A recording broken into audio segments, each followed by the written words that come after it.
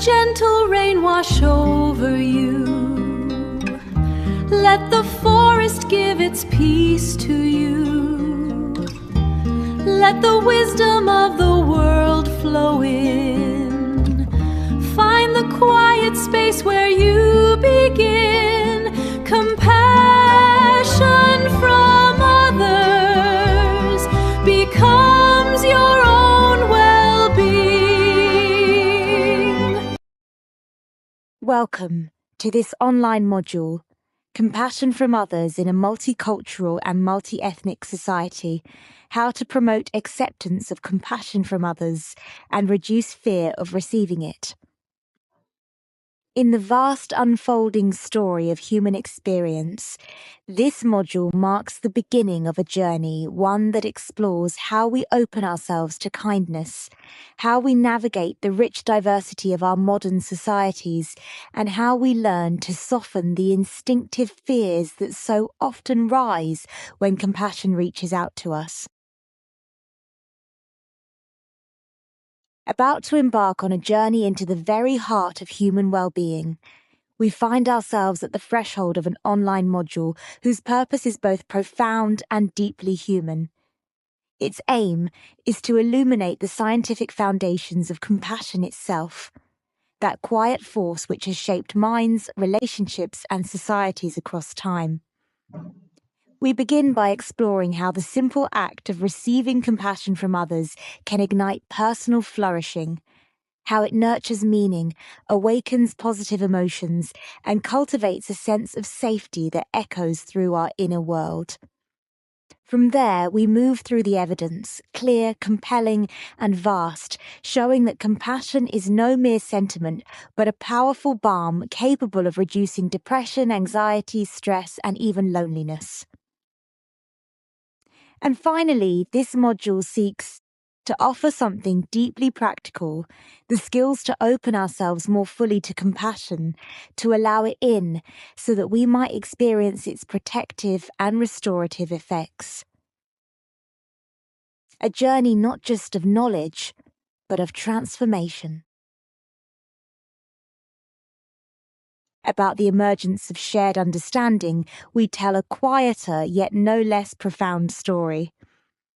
This module builds a shared language across teams and society, preparing participants to recognize compassion as a core personal, organizational, and social resource, and an interpersonal skill woven through the human experience.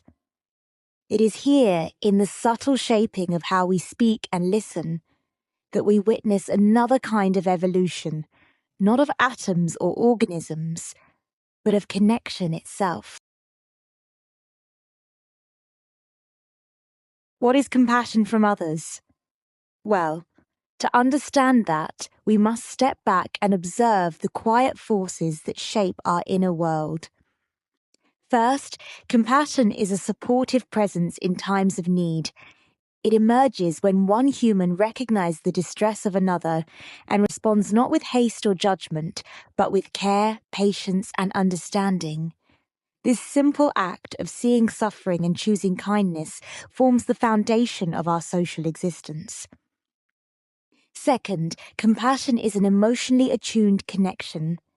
It is built through empathy and warmth, through the subtle signals that tell us we are seen, valued, and safe within our relationships.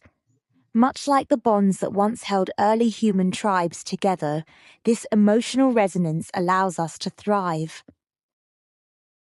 Third, compassion carries protective and restorative power.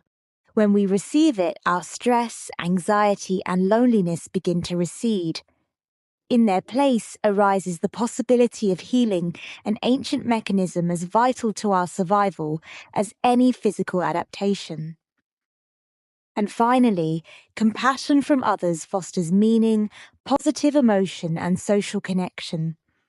It enriches our well-being, shaping the human experience just as surely as the great revolutions shaped our history. Through compassion, we find not only relief from suffering, but a deeper sense of belonging in the vast narrative of our lives.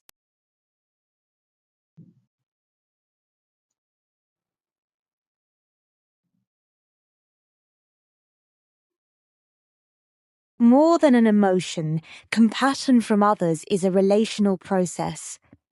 Compassion involves recognizing another's distress. Compassion makes people feel valued and safe in relationships. And finally, compassion from others fosters meaning, positive emotions, and social connection.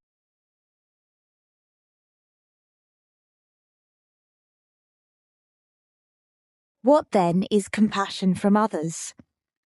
To grasp it, we must journey beyond the realm of mere emotion and into the intricate landscape of human connection. Compassion is not a single feeling, but a relational process, an unfolding exchange between beings. It begins when we notice suffering, when our attention is drawn to another's pain. It deepens as we allow ourselves to be moved by what we see, and it comes fully alive only when we act, when we take steps to ease that suffering in someone else. In this way, compassion forms a loop, a dynamic interplay between giver and receiver. It is not static, not solitary, but a shared experience, an ongoing flow of recognition, response, and relief that binds individuals together in the fabric of relationship.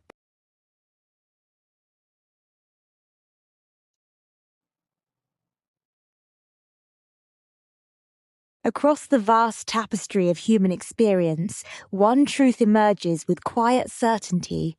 The correct answer is that compassion is a dynamic exchange between the giver and the receiver. It is not a solitary act, nor a simple gesture, but a living interplay, an evolving current flowing between two beings. Like the great forces that shaped our universe, compassion too is forged in connection, transformed through interaction, and given meaning only when shared. About now, in the ongoing story of the human mind, we encounter a profound question. Why is receiving compassion from others important? Research reveals that when we truly receive and accept compassion from those around us, something remarkable unfolds. We begin to flourish, experiencing a deeper, more resonant sense of purpose in our lives. In these moments, we tap into a powerful evolutionary inheritance, a sense of social safeness. Just as early humans once sought security within their tribes, we too feel more grounded, more secure in our environment when compassion reaches us.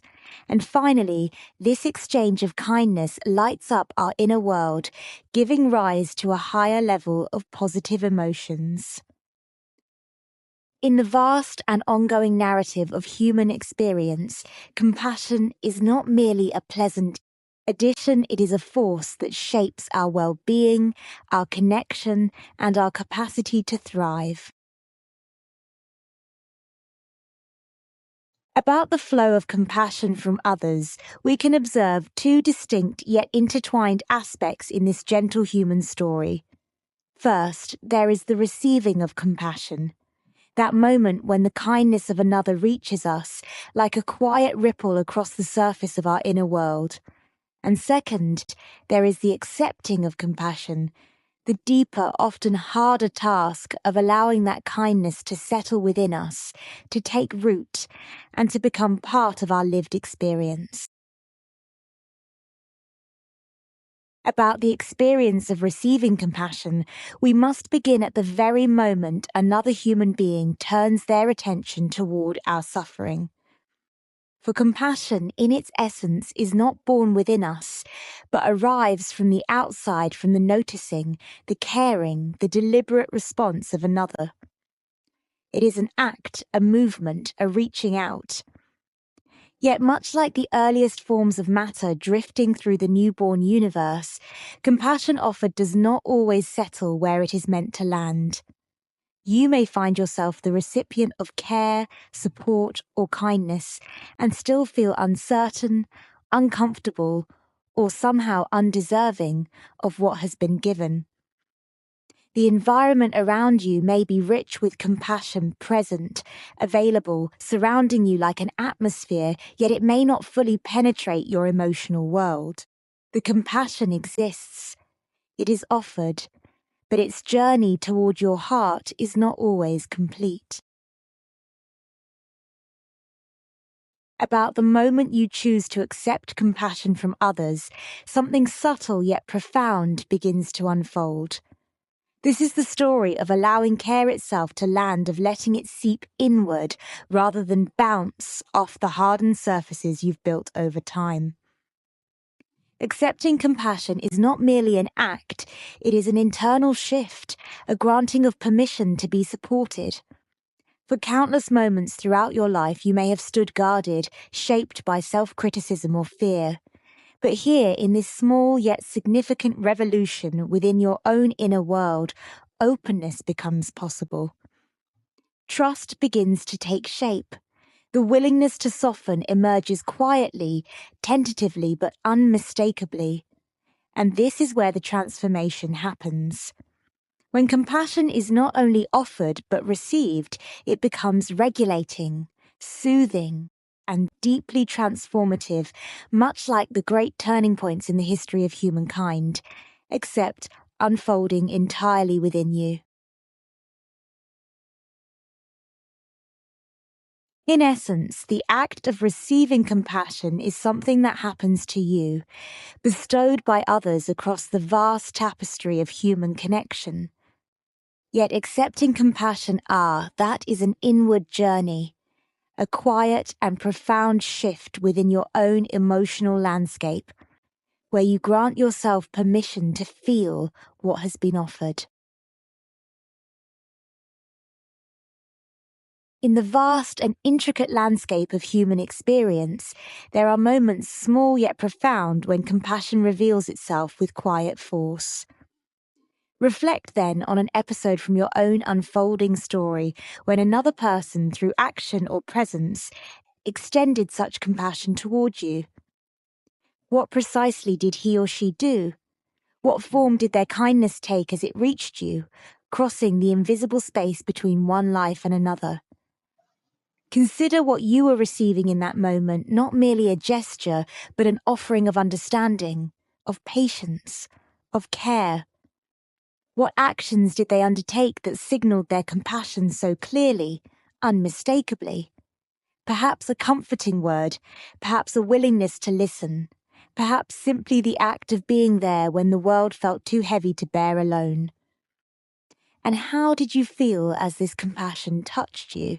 How did you accept it as a fragile gift, as a necessary support, as a reminder that even in times of hardship, you are not isolated from the great web of human connection? Trace the emotional contours of that moment. Did it bring relief, gratitude, warmth, or perhaps an unexpected sense of belonging? Finally, ask yourself, how did this act of compassion reshape your inner world? For just as matter, energy, and life evolved across billions of years, so too does the human heart evolve through the simple, profound kindness of others. About the buffer effect, a phenomenon woven quietly into the human story. For as long as our species has walked the earth through epochs of hardship, uncertainty, and change, we have relied not only on strength or intellect, but on something far more subtle: compassion. Receiving and accepting compassion from others acts as a kind of protective field, shielding us from what we might call the 3 Ds: depression, distress, and disconnection. Much like the great forces that shaped our universe, compassion shapes our inner world, altering the trajectory of our emotional lives in profound ways. Research suggests that compassion does more than comfort. It mitigates anxiety, softens the weight of depression, counters loneliness, and eases emotional strain. It is a quiet revolution, unfolding not over millennia, but within the fragile landscapes of our minds, a reminder that, in the vast expanse of human experience, we were never meant to face our struggles alone. Do you remember The 3 Ds, the profound positive effects that arise when we receive and truly accept compassion from others.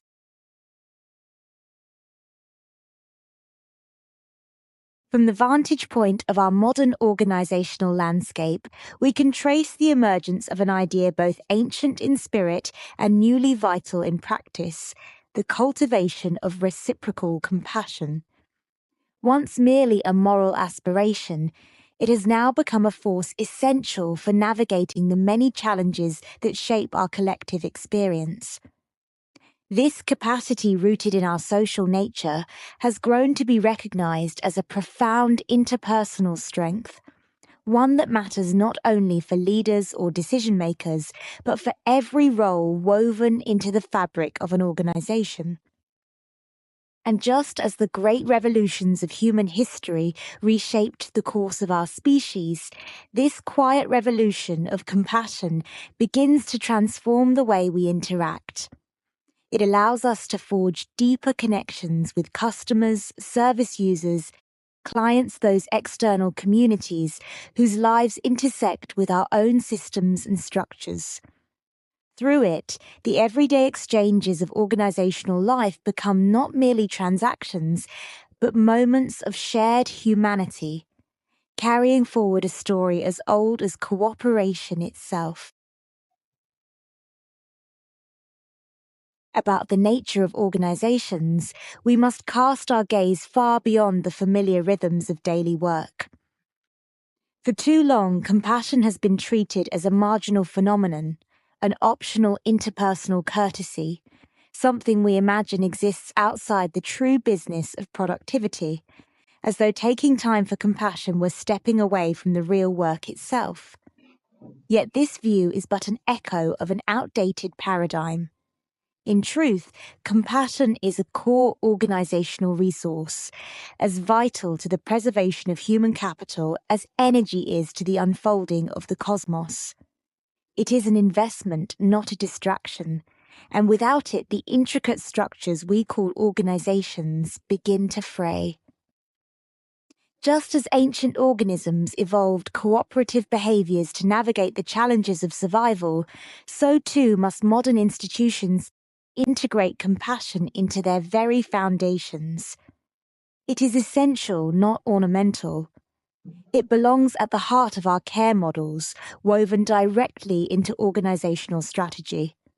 For only by recognizing compassion as a central force, one that sustains, protects, and guides, can we navigate the complex terrain of contemporary work and ensure the flourishing of the human beings who make that work possible.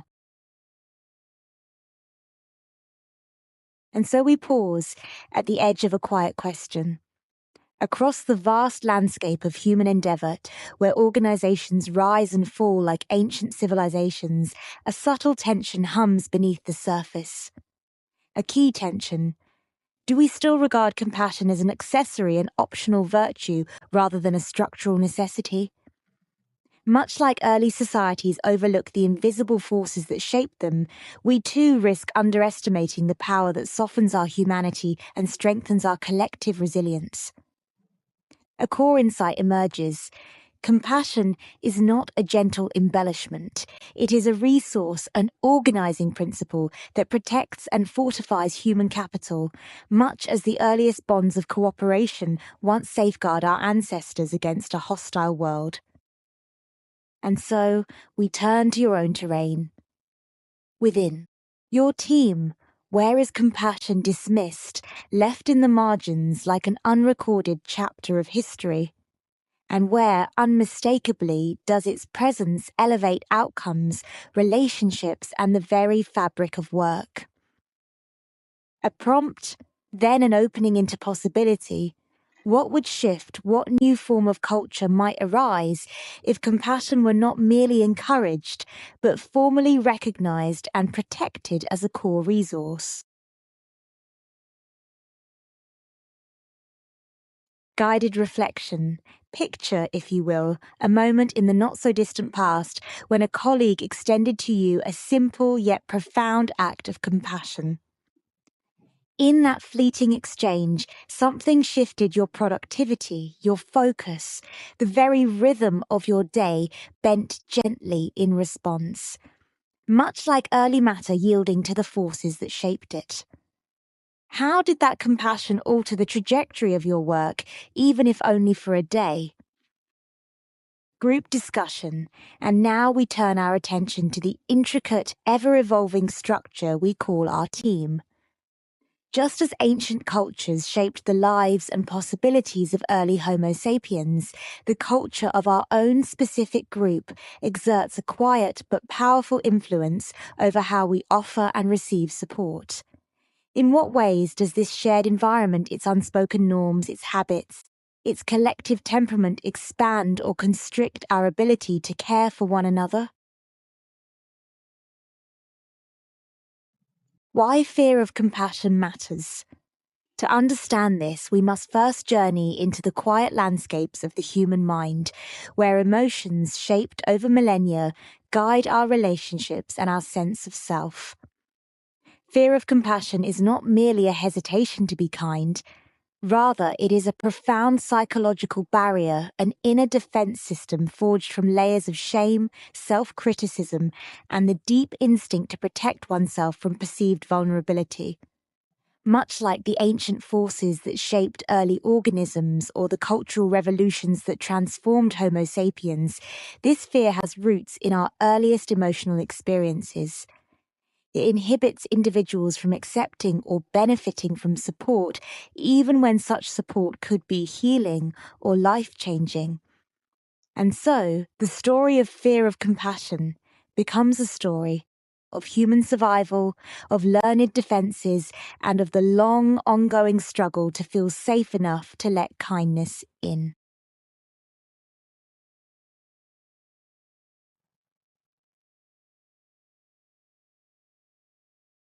About the landscape of the mind, too, there are forces ancient and unseen, shaping the way we move through our inner worlds. And so, when we ask, do you remember the major defenses against accepting compassion from others? We are really asking about the deep architecture of human emotion, the hidden mechanisms that have evolved to keep us safe, even as they sometimes hold us back.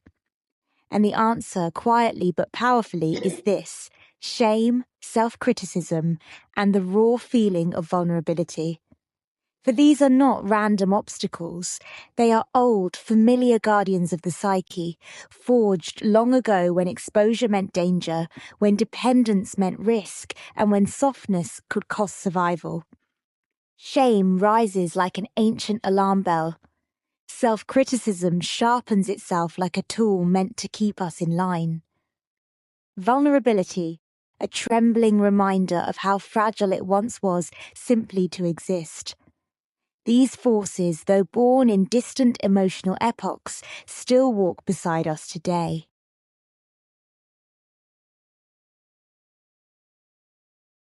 Across the vast landscape of the human mind and the worlds we build around it, there exist quiet, persistent forces that shape our ability to accept compassion from others. First, within the intimate universe of the self, we encounter personal barriers, internal beliefs, formed over years, sometimes generations. These beliefs whisper, "I do not deserve support," echoing like ancient myths that guide behavior long after their origins are forgotten. Then, moving outward into the shared worlds of meaning we call culture, we find norms and expectations that have evolved over centuries. These cultures often prize emotional restraint, discouraging vulnerability and openness. They craft stories in which strength is measured by how little one reveals, not by how deeply one connects. And finally, the organized structures we have built to manage our labor and ambitions, organizational environments, we see systems that reward stoicism over connection. In these places, people learn to armor themselves, to prioritize productivity over humanity, shaping workplaces where compassion is a rare, almost radical act. Together, these three realms, personal, cultural, and organizational, form the landscape of barriers that shape how, when, and whether we allow compassion from others to reach us. Across the vast landscape of the human mind, where emotions and instincts quietly shape our inner worlds, we encounter yet another profound question. Do you remember the barriers that prevent us from accepting compassion from others? These barriers, much like the invisible forces that shaped galaxies and organisms, can be understood through three fundamental dimensions: P for personal, C for cultural, and O for organizational. Personal barriers rise from within the individual old fears, private wounds, stories we tell ourselves about what we deserve. Cultural barriers emerge from the collective patterns of our societies, built over generations, whispering norms about strength, vulnerability, and worthiness. Organizational barriers take form within the structures we create: workplaces, institutions, systems that shape how we relate to one another, often encouraging efficiency over empathy. And so, just as atoms formed molecules and molecules formed life, these three forces intertwine to shape our capacity to receive compassion. To remember them is to better understand the complex human experience that unfolds within us all. From time immemorial, the human mind has been shaped not only by the vast revolutions of history, but by the quiet revolutions within. And so we ask, what other internal blocks stand in the way of compassion flowing toward us from others? First, there is shame, that ancient, heavy sensation that whispers we are somehow unworthy of kindness, as though compassion were a gift reserved for some other kind of being. Second, self-criticism, a force as sharp and persistent as any tool our ancestors once crafted, urging us to believe that accepting support is a sign of weakness rather than a profound feature of our shared humanity.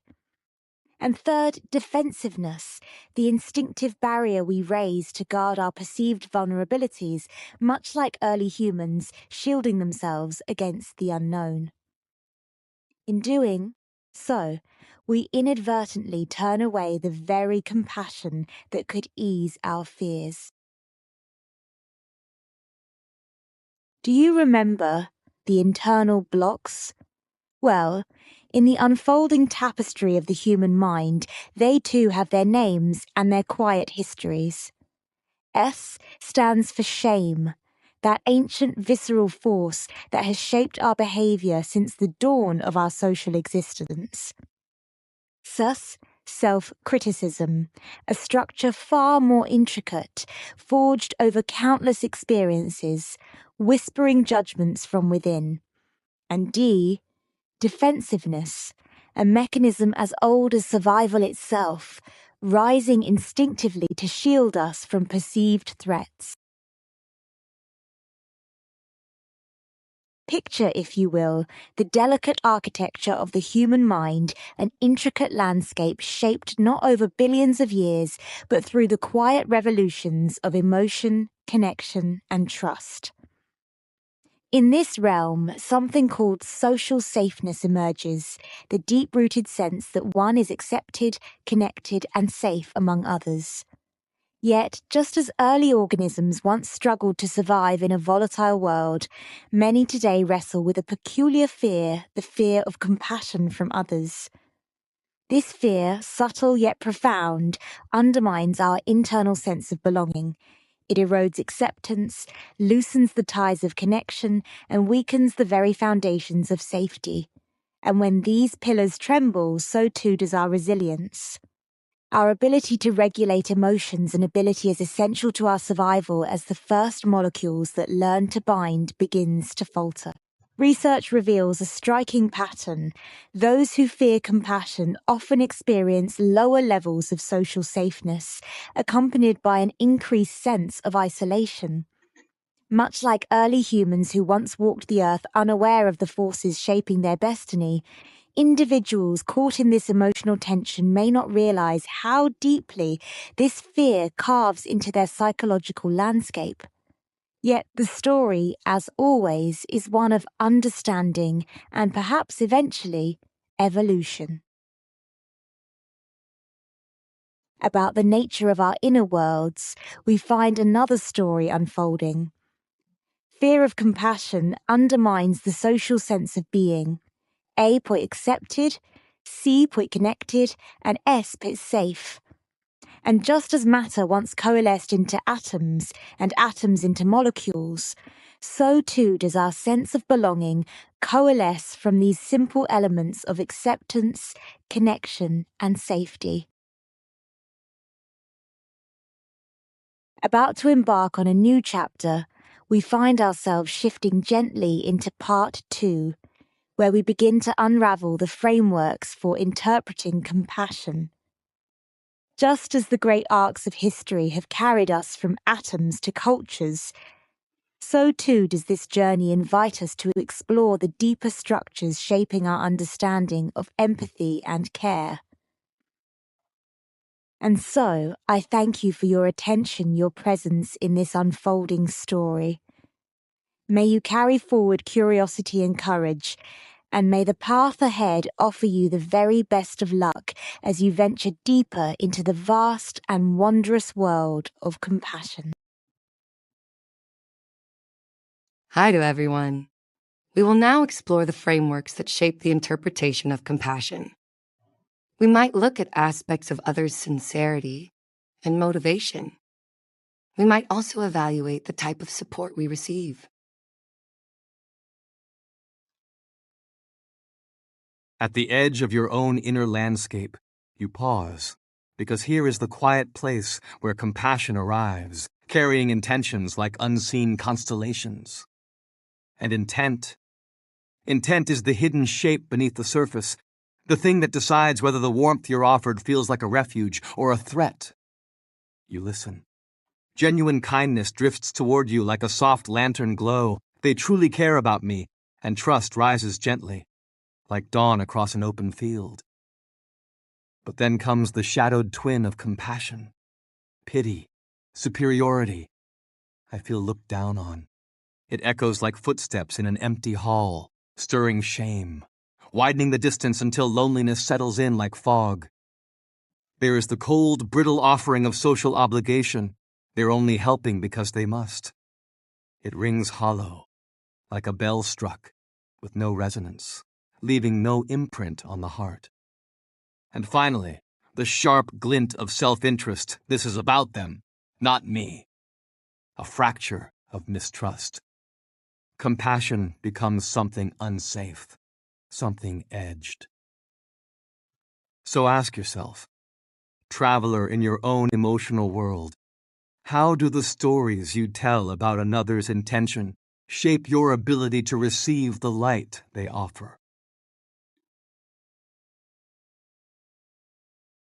Compassion arrives like many kinds of visitors, each stepping through the door with a different weight, a different intention. When it comes as emotional support, it settles beside you quietly, a presence that says, I hear you. You are not alone. In that moment, the air softens, and something inside you steadies, as if your heartbeat finally remembers its rhythm. Other times, compassion takes a more practical shape. It moves with purpose, tending to what's broken, mending what's frayed. And the feeling that follows is simple, solid. The problem is being solved. Stress loosens its grip because action has stepped into the room. There is also the kind of compassion that lifts rather than carries guidance offered like a lantern in the dark, encouragement placed gently into your hands. This is empowering, support, and its message is clear. You can grow. You can stand on your own. It strengthens the spine, brightens the path. But not every gesture of help feels like help. Some arrive heavy-handed, taking over rather than standing beside. Condescending aid, well-intentioned yet hollow, can leave a shadow where comfort was meant to be. Instead of feeling supported, you may find yourself thinking, I am small, I am dependent. And the light dims a little. To understand these shapes of compassion is to understand why some forms lift us while others diminish us. Why the same intention can land like sunlight or like a burden. It is in the nuance that the truth reveals itself. There are two great paths by which compassion is understood, each shaped by its own kind of light. The first rises from the ground itself, a secular reading, woven from psychology, from human effort, from the quiet strength people build within and between one another. The second descends like a call from beyond a religious vision, carried by divine mandate and the binding power of community. Two forms, two stories, both pointing toward the same gentle. Compassion moves through two realms, each as vital as the other.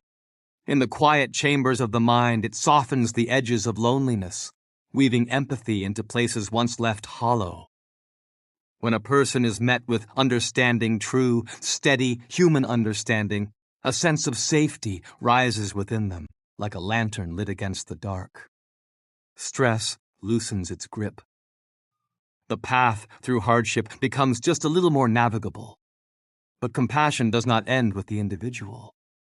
No, its influence stretches outward, binding people together in subtle, powerful ways. In the workings of a community or an organization, compassion becomes a kind of shared resource, a silent architecture beneath collaboration. Trust grows. Cooperation steadies.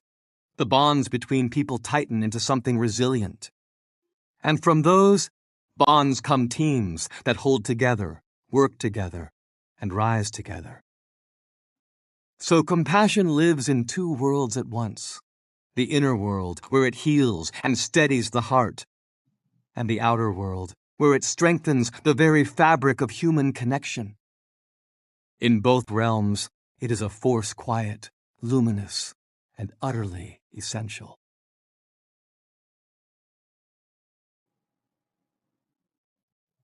MCQs.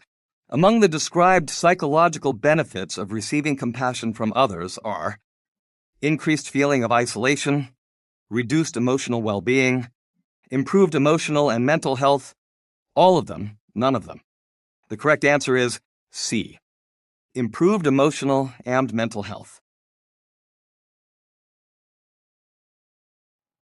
What is the human capital of receiving compassion from others? Social disconnection. Social connection. Increased productivity. What is the human capital of receiving compassion from others? Social disconnection. In the quiet halls of ancient faiths, compassion rises not merely as a gentle virtue, but as a summons from the divine itself. It is a call whispered through sacred texts and echoed in the hearts of believers, a mandate to walk in step with the Creator's will. To show compassion is to offer devotion, to shape one's life in the image of divine love, letting that love move through every ordinary moment like a soft, steady flame. And beyond the individual, compassion gathers people together. It becomes the thread that binds a community, weaving unity from countless acts of care. Within these circles of faith, every kindness strengthens the shared spirit. Every gesture deepens the bond. Through mutual responsibility, the community grows not just in number, but in purpose, in clarity, in light. This way, compassion stands as both sacred duty and communal lifeblood, sustaining the heart of the faithful like a lantern glowing in the dark. We now turn the page to Part 3, using skills to improve acceptance of compassion from others. Thank you for your steady attention along the path, and may fortune walk with you as you step into the next section. High above the landscape of our inner lives, we begin by casting a gentle, honest light on the moments that make receiving compassion feel difficult. These moments rise and flicker like quick flashes in a stormy sky. And as we trace them, mapping our personal triggers, we start to see the sharp, lightning bolt reactions that appear when care feels strange or unsafe. Slowly, these reflections paint soft colors around our emotional patterns, helping us understand the ways we learn to shield our hearts. Then, like two travelers sharing stories beside a quiet river, paired discussions add new shades and textures. As we explore the cultural currents that shape vulnerability, we uncover the subtle tones of expectation, tradition, and identity, each one influencing how we open up or gently close ourselves when others reach out to support us. From these discoveries, the practice settles and deepens. You begin to notice the exact moments that dim your ability to let compassion in, and the moments that brighten it, those warm, glowing pauses when connection feels safe, possible, and welcome. And with each soft step, the whole process gains warmth and depth, turning compassion from something overwhelming into something steady, nourishing, and beautifully alive.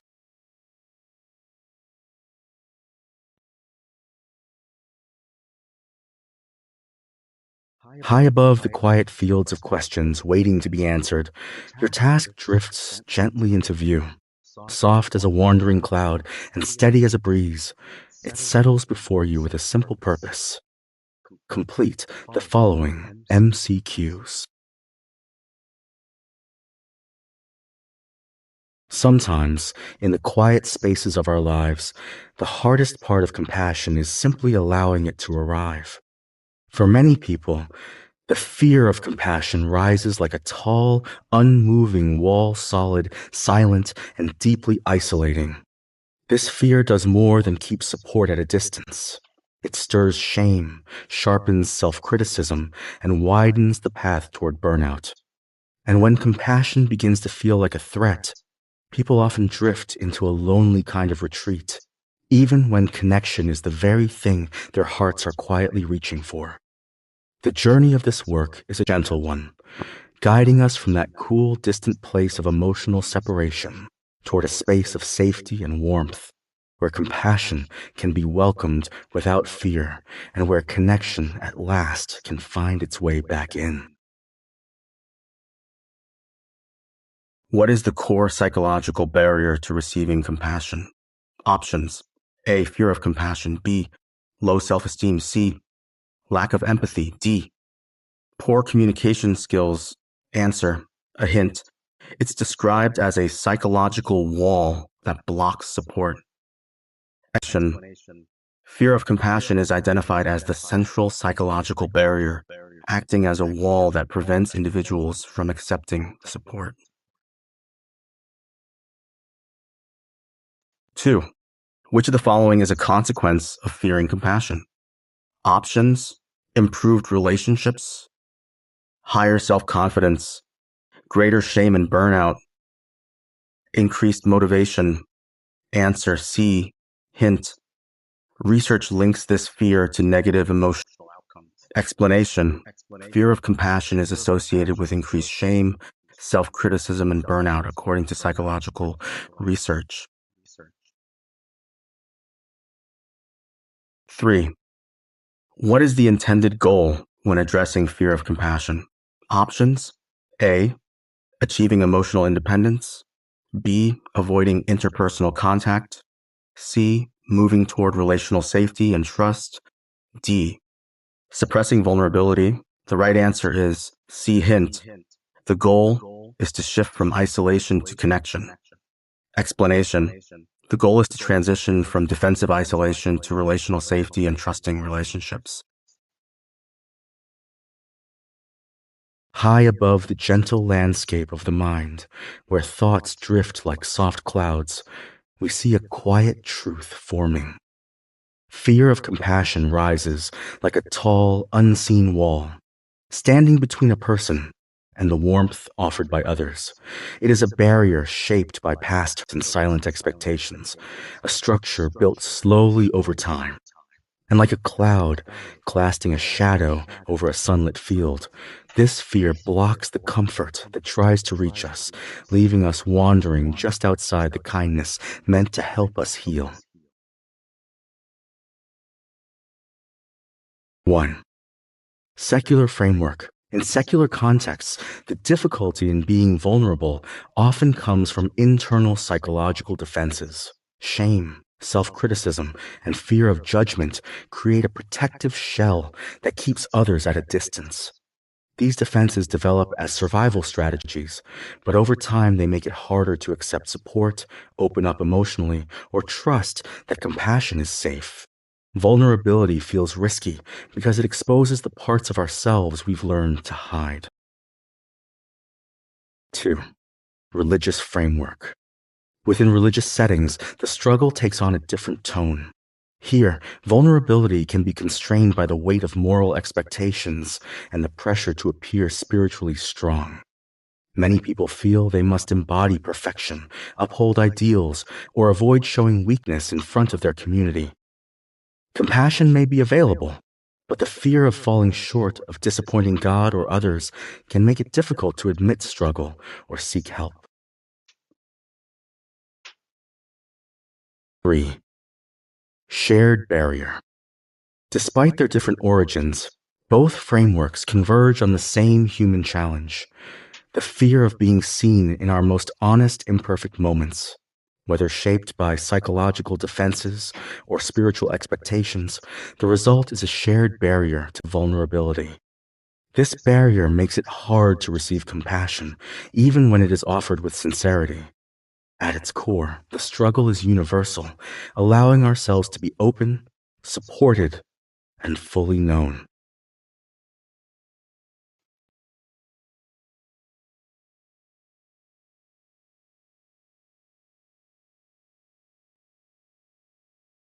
MCQ 1. Secular framework.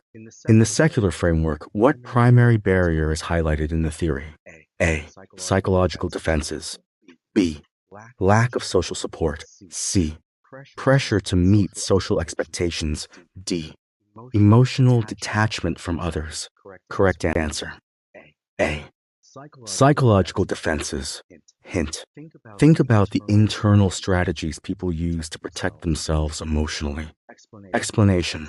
The secular side of the figure emphasizes psychological defenses such as avoidance or self-protection, which make vulnerability difficult.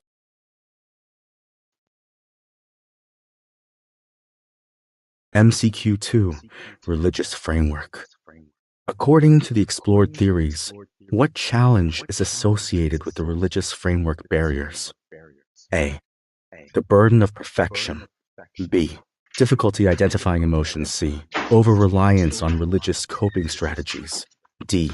Lack of community belonging. Correct answer. A. The burden of perfection. Hint. Consider expectations about being good enough or morally flawless. Explanation.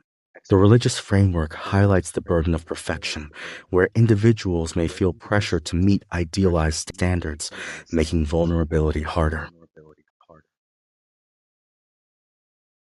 The compass of compassion from others.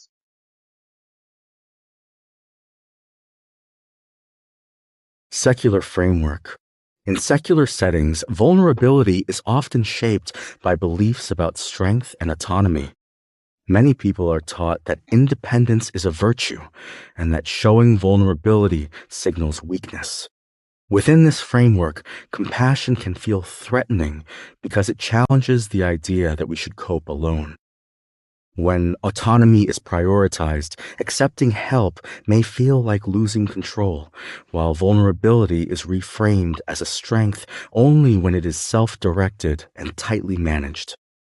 These beliefs can lead individuals to fear compassion, even when they long for connection. Religious framework. In religious contexts, vulnerability is influenced by spiritual expectations and moral ideals. Some individuals may feel unworthy of grace or worry that admitting struggle reflects a lack of faith.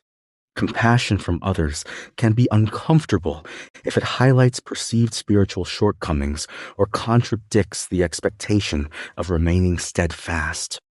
When vulnerability is seen as a flaw or a sign of spiritual imperfection, people may retreat from support, even though compassion is often central to their tradition's teachings. Shared barrier, despite their differences, both frameworks converge on a single human struggle, the difficulty of being vulnerable. Whether shaped by psychological beliefs about autonomy or spiritual concerns about worthiness, the result is the same people oscillate between wanting compassion and fearing it.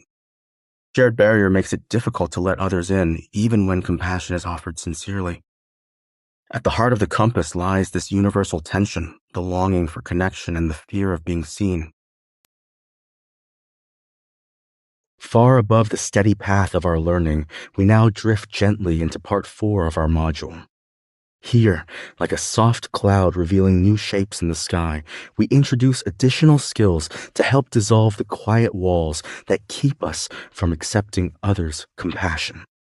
Thank you for your attention, and I wish you the very best of luck on this gentle journey of self-discovery and growing kindness. Now, let us journey deeper into the unfolding landscape of the human mind, where we will explore additional skills designed to gently dismantle the defensive patterns that give rise to a fear of receiving compassion from others. First, consider this simple yet profound truth. Normalizing the difficulty means recognizing that it is entirely human, woven into the very fabric of our shared experience, to find the act of receiving compassion challenging. For countless generations, humans have braced themselves against vulnerability, and so this struggle is not a personal failing, but part of a much older story. Second, we turn to the slow and deliberate work of building relational safety. This means learning to soften the defensive barriers that have long stood guard around the self, allowing the relational loop, the continuous exchange of signals, intentions, and care between beings, to function as it was meant to. In doing so, we make space for connection and invite compassion to flow more freely through the intricate networks that bind us to one another. Question number 1. To begin the long and delicate journey of dismantling our defensive patterns, we must first normalize the difficulty of receiving compassion. For it is only when we acknowledge openly, honestly, that compassion can feel unsettling, even threatening, that the first cracks appear in the armor we have spent a lifetime forging. This simple admission becomes the opening act in the story of softening our defenses. Question number 2. And once these defenses begin to loosen, something remarkable awakens. The relational loop, that ancient, deeply human system of safety, trust, and connection, comes alive. It is through this loop that we find one another, recognize one another, and create the conditions in which compassion can flow freely. Question number 3. When a team succeeds in this work, when defensive patterns dissolve and compassion becomes no longer rare but reachable, the result is profound. What emerges is a resilient team with accessible compassion, a collective in which compassion is not the property of the few, but a shared resource, strengthening bonds, shaping culture, and allowing the group to endure, adapt, and thrive together. About our shared human story, we can trace another thread, one that seeks to understand compassion itself. The theory explores two interconnected domains that shape how compassion is understood and expressed: the divine mandate and the community. The first reaches upward toward a sense of spiritual obligation, much like early humans once looked to the sky for meaning. The second reaches outward toward collective belonging, echoing the moment when scattered individuals began forming cultures, tribes, and shared identities. Each domain highlights a different dimension of compassionate practice, one rooted in the sacred, the other in the social, together shaping the long arc of how humans have learned to care for one another. About the divine mandate, we must begin at the very root of its meaning.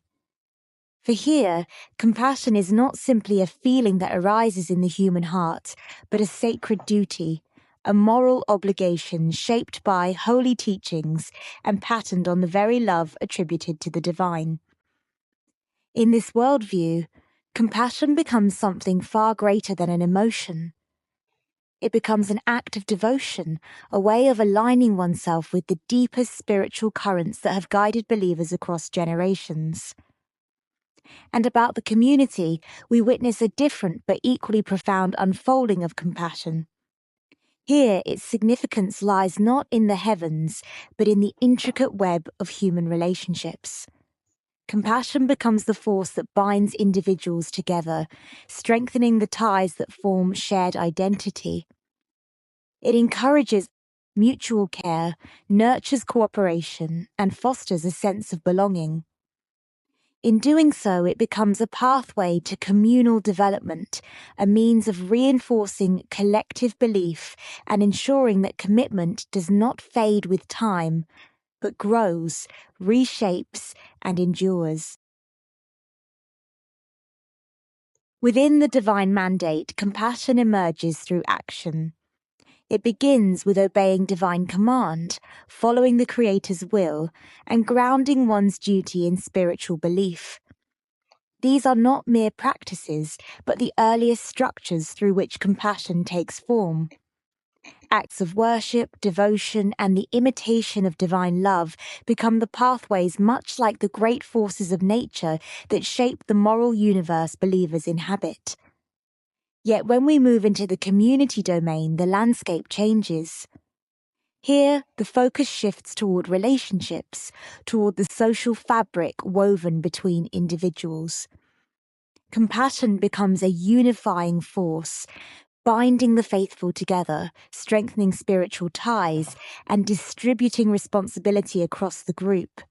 It fosters collective growth. It reinforces a shared faith. And in doing so, it creates something larger than any one person, a living, evolving community shaped by compassion itself. Developing skills for accepting compassion. Question number 1. What is the purpose of compassion-focused imagery and relational exercises? Correct answer. Reduce fear of compassion and increase emotional safeness. Explanation. These techniques help build tolerance for warmth and care. Question number 2. Which of the following is a core exercise for developing compassion skills? Correct answer. Compassionate other imagery. Explanation. This is an evidence-based technique to develop compassion acceptance. Question number 3. What is the intended outcome of practicing compassion acceptance? Correct answer. Internalizing compassion as a stabilizing emotional resource. Explanation. It helps participants embody emotional support and resilience. Learning skills, compassionate other imagery. Visualize a kind, supportive figure to reduce fear and increase emotional safenesses.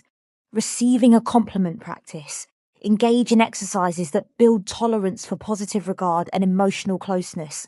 Mirko moments of compassion. Notice and accept small acts of kindness to reinforce relational safety. About the practice of compassion acceptance, we must ask, what indeed is its intended outcome?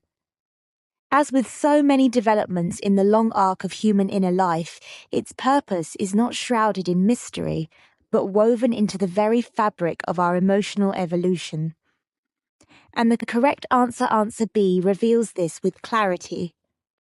It is the internalizing of compassion as a stabilizing emotional resource, a kind of inner gravity that keeps the psyche from drifting too far into chaos or despair. Just as early atoms found one another and formed molecules, and just as our distant ancestors formed cultures that shaped their destiny, so too does the human mind seek structures capable of sustaining it. To internalize compassion is to build one such structure quiet, resilient, and profoundly human. Compassion is a systemic feature of our everyday life, shaping the very arc of our culture, the flow of our leadership style, the bonds of our social relationships, the essence of our personal well-being, and the quiet depths of our spiritual existence. Part 5. Application and vignettes.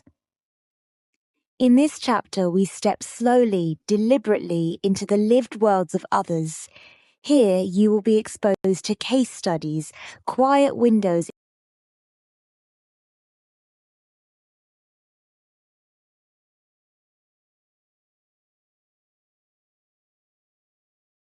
Vignette number 1. The nurse who stopped asking for help. Amira is a senior nurse in a busy surgical ward. She is known for being competent, calm, and reliable. Over the past year, however, she has stopped asking colleagues for help, even when the ward is understaffed. When a colleague offers support, she smiles politely and says, "I'm fine, honestly." Inside, she feels ashamed of needing help and worries that accepting compassion will make her look weak. She goes home exhausted, feeling increasingly isolated. Her sleep worsens, and she begins to dread coming to work. She tells no one. One day, a junior colleague quietly says, "You always look after us. Let us look after you too." Amira feels a sudden wave of emotion, part relief, part fear. She realizes she has forgotten how to let others care for her. Teaching focus, fear of compassion, shame, burnout, relational safety. Learn how to ask for help. How to help Amira. What else can she do to improve the feeling that others care for her? Vignette number 2. The carer who found her way back. Helen cares for her husband, who has advanced dementia. She rarely leaves the house and feels invisible to friends and family. During a community support group, another carer gently places a hand on her arm and says, "You're doing something incredibly hard. You deserve support too." Helen feels tears rise. She has not heard a kind word in months. The compassion feels unfamiliar, almost overwhelming, but something inside her softens. She begins attending the group regularly and slowly reconnects with others. Teaching focus, compassion, reducing loneliness, emotional safeness, and community connection. What else can Helen do to benefit from compassion from others? Vignette number 3. The manager who believed compassion was a luxury. David manages a team in a high-pressure mental health service. He prides himself on efficiency and believes compassion is nice but not essential. When a team member breaks down in a meeting, David freezes. Later, another colleague says, "We're all struggling. We need space to support each other." David realizes he has been modeling emotional distance. Over the next month, he begins opening meetings with check-ins and encourages staff to share concerns. The team becomes more cohesive and sickness absence decreases. How to improve a compassionate organization. How can employees of an organization improve a compassionate climate? Vignette number 4. The isolated junior doctor. Dr. Lewis is in his first year of training. He works long shifts, rarely takes breaks, and feels he must prove himself. When senior colleagues offer support, he declines. He believes accepting compassion will make him appear incompetent. His anxiety increases and he begins making small errors. A senior consultant notices and invites him to a reflective session. Dr. Lewis admits he feels unworthy of support. What barriers to receiving compassion are present? How might fear of compassion be reduced? What organisational practices could support junior staff? Vignette number 5, the Community Volunteer Network. A community organisation notices that volunteers supporting vulnerable adults are burning out. Many volunteers report feeling emotionally drained, but say they don't want to burden others. A compassion-focused training program is introduced. Volunteers practice receiving compassion, using imagery, and asking for help. After 3 months, volunteers report increased social safeness and reduced emotional exhaustion. What mechanisms explain the improvement? How can compassion be embedded in volunteer training over the long term? Vignette number 6, the mother experiencing postnatal stress. Sophia is a new mother experiencing anxiety and exhaustion. She feels guilty asking for help and believes she should cope alone.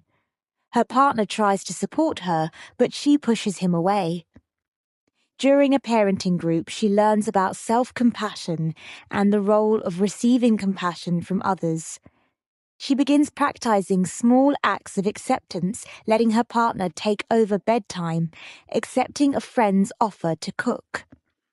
Her anxiety gradually decreases. Vignette number 6, the mother experiencing postnatal stress, discussion. How does accepting compassion support maternal well-being? What strategies could help Sophia continue building these skills? And so, we arrive at the final chapter of our module, a quiet yet significant turning point in your learning journey. Here you will encounter a series of multiple choice questions, each one a small gateway inviting you to reflect on what you've absorbed so far. I thank you sincerely for your attentive presence, and I wish you a gentle, enriching voyage onward into the vast and ever-unfolding world of compassion. Compassion from others is best defined as A. Feeling sorry for someone. B. Receiving care, warmth and support from another person. C. Giving advice to solve problems. D. Avoiding emotional discomfort. Correct answer? B. Explanation. Compassion from others involves receiving warmth, understanding, and supportive action. Which of the following is a key psychological effect of receiving compassion? A. Increased self-criticism. B. Reduced social safeness. C. Enhanced emotional regulation. D. Increased avoidance. Correct answer. C. Explanation. Compassion from others strengthens emotional regulation and reduces threat responses. In multicultural contexts, compassion from others is strengthened when A.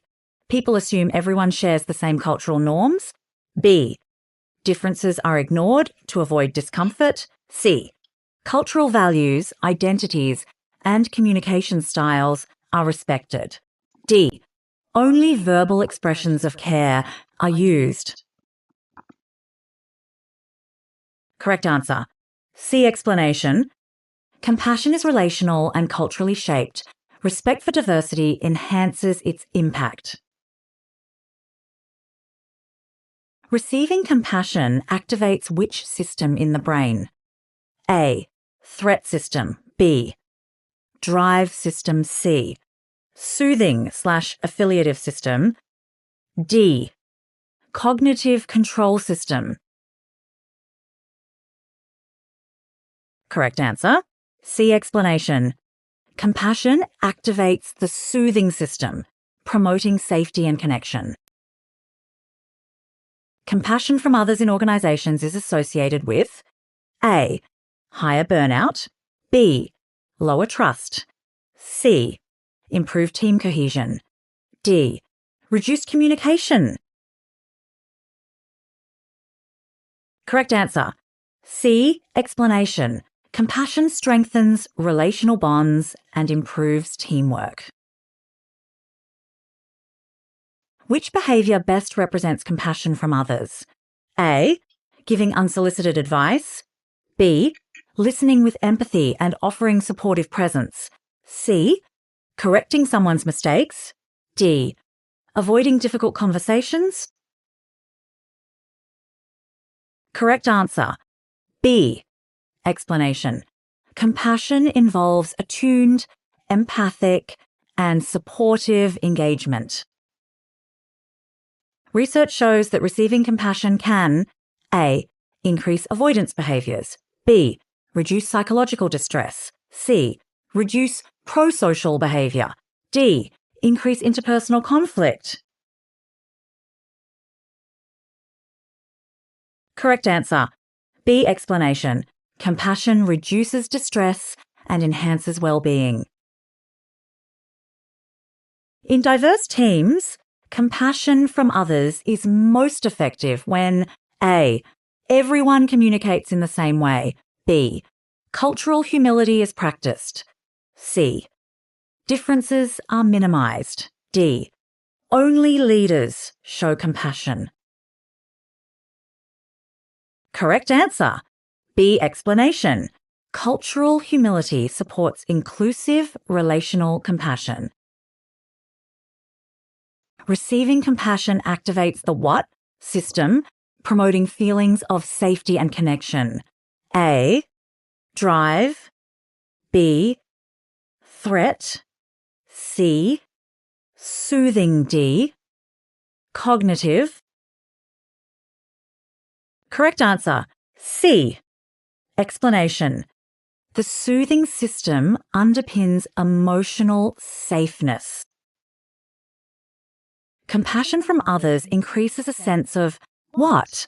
Safeness in relationships and teams. A. Social. B. Physical. C. Cognitive. D. Competitive. Correct answer.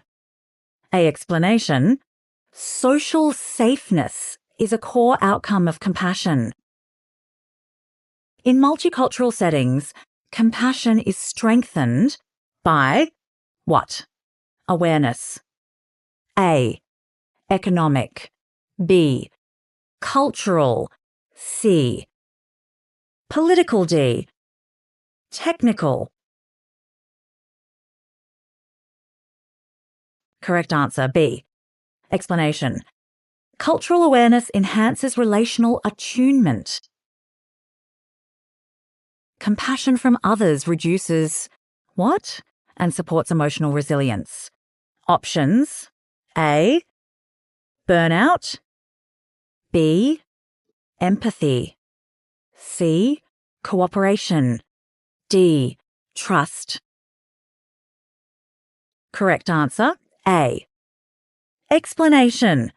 Compassion is protective against burnout.